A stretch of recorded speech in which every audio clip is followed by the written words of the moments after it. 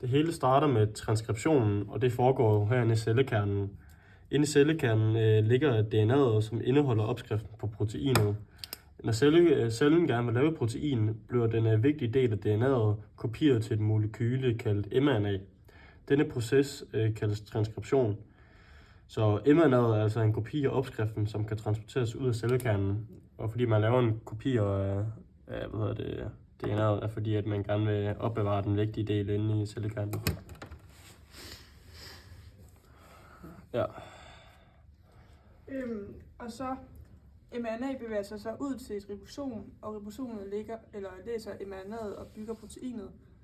Og tRNA'et bringer aminosyre hen til ribosomet, og aminosyrene sætter sammen i den rigtige rækkefølge og bliver til protein. Til sidst, når alle aminosyrene er sat sammen, har cellen lavet en færdig protein, som f.eks. bruges til musklerne.